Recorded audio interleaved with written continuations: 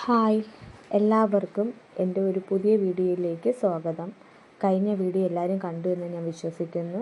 എല്ലാവരും സപ്പോർട്ട് ചെയ്യണം. കുടുംബശ്രീയുമായി ബന്ധപ്പെട്ട കാര്യങ്ങളാണ് ഞാൻ ഈ ചാനൽ വഴി പറയുന്നത്. അതായത് ഞാൻ ഇന്ന് പറയാൻ പോകുന്ന ഒരു കാര്യമെന്ന് പറഞ്ഞാൽ ഒരു പുതിയ കുടുംബശ്രീ രൂപീകരിക്കുന്നതിനെ കുറിച്ചാണ് പറയുന്നത്. ഒരു പുതിയ കുടുംബശ്രീ കൂടണമെങ്കിൽ എന്തെല്ലാം കാര്യങ്ങൾ നമ്മൾ ശ്രദ്ധിക്കണം. അതായത് ഒരു കുടുംബശ്രീ കൂടണമെങ്കിൽ മിനിമം ഒരു 10 അംഗങ്ങളെങ്കിലും വേണം. 10ൽ കുറയാൻ പാടില്ല. 10 അംഗങ്ങളെങ്കിലും വേണം. മാക്സിമം ഒരു 20 അംഗങ്ങൾ വരെ ആവാം. 20ൽ കൂടാനും പാടില്ല. അങ്ങനെയാണെങ്കിൽ നമുക്കൊരു കുടുംബശ്രീ രൂപീകരിക്കാം. കുടുംബശ്രീ രൂപീകരിക്കാൻ ആവശ്യമായ അംഗങ്ങളായി കഴിഞ്ഞാൽ നമ്മളെ വാർഡിലെ CDSനെയോ മെമ്പറിനെയോ അടുത്ത് പറഞ്ഞു കഴിഞ്ഞാൽ അവർ ADSുമായി ബന്ധപ്പെട്ട് നമുക്ക് ഇങ്ങനെ ഒരു താല്പര്യമുള്ളത് അവരറിയിക്കും. അത് അറിയിച്ചു കഴിഞ്ഞാൽ നമുക്കൊരു ഡേറ്റ് ഫിക്സ് ചെയ്ത് നമുക്കൊരു യോഗം വിളിച്ച് ചേർക്കാം. ആ യോഗത്തിൽ CDSും ADSും നമ്മുടെ മെമ്പറും നമ്മൾ അംഗങ്ങളെല്ലാവരും കാണും. ആ സമയത്ത് നമുക്ക് പ്രധാനമായും നടക്കുന്ന ഒരു കാര്യങ്ങളെന്ന് പറഞ്ഞാൽ അയൽക്കൂട്ട രൂപീകരണമാണ് ആ സമയത്ത് അവിടെ നടക്കുന്നത്.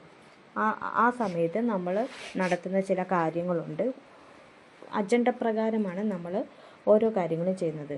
അതായത് നമ്മുടെ അയൽക്കൂട്ടത്തിന് പേര് നിർദ്ദേശിക്കൽ, പ്രസിഡൻറ്റ് സെക്രട്ടറിമാരെ തിരഞ്ഞെടുക്കൽ, പിന്നെ ഒരു 3 വോളണ്ടിയേഴ്സ്. ആ 3 വോളണ്ടിയേഴ്സിനെ നമ്മൾ തിരഞ്ഞെടുക്കും. അതിനുശേഷം നമ്മൾ ഏത് ബാങ്കിലാണോ അക്കൗണ്ട് തുടങ്ങാൻ ആഗ്രഹിക്കുന്നത് ആ ബാങ്ക് ഏതാണെന്ന് നിർദ്ദേശിക്കും. പിന്നെ നമ്മൾ ഈ അയൽക്കൂട്ടവുമായി ബന്ധപ്പെട്ട് ആ സമയത്ത് വരുന്ന ചിലവുകൾ എന്തൊക്കെയാണ്, ആ ചിലവുകളെല്ലാം എങ്ങനെയാണ് നമ്മൾ നിറവേറ്റാൻ പോകുന്നതെന്നും എഴുതി ചേർക്കും. അതിനുശേഷം അന്നത്തെ ഹാജര് രേഖപ്പെടുത്തും.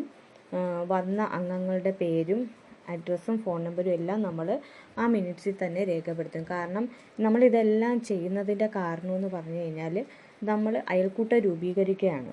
അപ്പോൾ നമ്മൾ ഇതുമായി ബന്ധപ്പെട്ട് രജിസ്ട്രേഷന് പോകുമ്പോൾ അത് ബാങ്കിൽ അക്കൗണ്ട് എടുക്കാൻ പോയാലും CDSൽ നമ്മൾ രജിസ്ട്രേഷന് വേണ്ടിയിട്ട് പോയാലും നമുക്ക് ഈ മിനിറ്റ്സിൻ്റെ കോപ്പി അവിടെ ഹാജരാക്കണം.